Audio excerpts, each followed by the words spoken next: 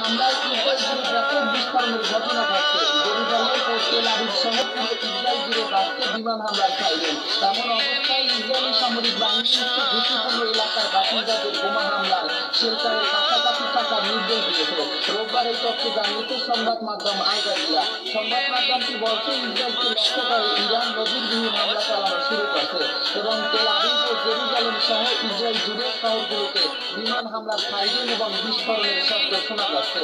এদিকে ইরান থেকে উৎক্ষেপণ করা ক্ষেপণাস্ত্র এবং ড্রোনগুলোকে গুলি করে ধ্বংস করার কাজে ইসরায়েলি যুক্তরাজ্যের সঙ্গে জর্ডানের বাহিনীও কাজ করছে। তেহরান বলছে, তারা সিরিয়ায় ইরানের কনসুলেটে ইসরায়েলি হামলার প্রতিক্রিয়ায় এই হামলা চালিয়েছে। দেশটি আরো বলছে, বিষয়টি এখন সমাপ্ত বলে মনে করা যেতে পারে।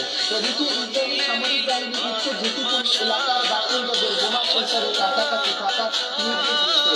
ইসরায়েলি সামরিক বাহিনী সতর্কতা জারি করে বলেছে, অধিকৃত গোলান মালভূমি, নেভাটিন, ডিমোনায় এবং ইরাকের বাসিন্দাদের পরবর্তী নির্দেশ না দেওয়া পর্যন্ত প্রতিরক্ষামূলক স্থানের কাছাকাছি অবস্থান করতে হবে।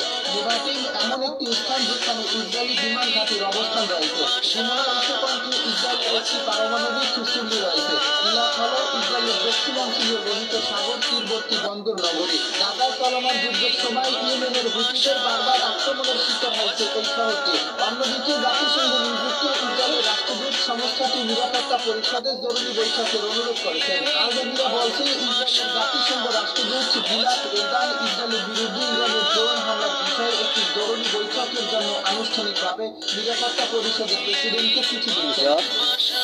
ক্ষেপণাস্ত্র ছুড়েছে ইরান, আঘাত হানবে বাহিনীতে। দখলদার ইসরায়েলকে লক্ষ্য করে ড্রোন এবং ক্রুজ ক্ষেপণাস্ত্র ছোড়ার পর শক্তিশালী ও দ্রুত গতির ব্যালিস্টিক ক্ষেপণাস্ত্র ছুড়েছে ইরান। রোববার অবৈধ দখলদার ইসরায়েলকে লক্ষ্য করে প্রথমে শতাধিক ড্রোন ছুড়ে ইরান, যেগুলো ইসরায়েলে পৌঁছাতে 9 ঘন্টার মতো সময় লাগবে। এরপর ক্রুজ ক্ষেপণাস্ত্র ছুড়ে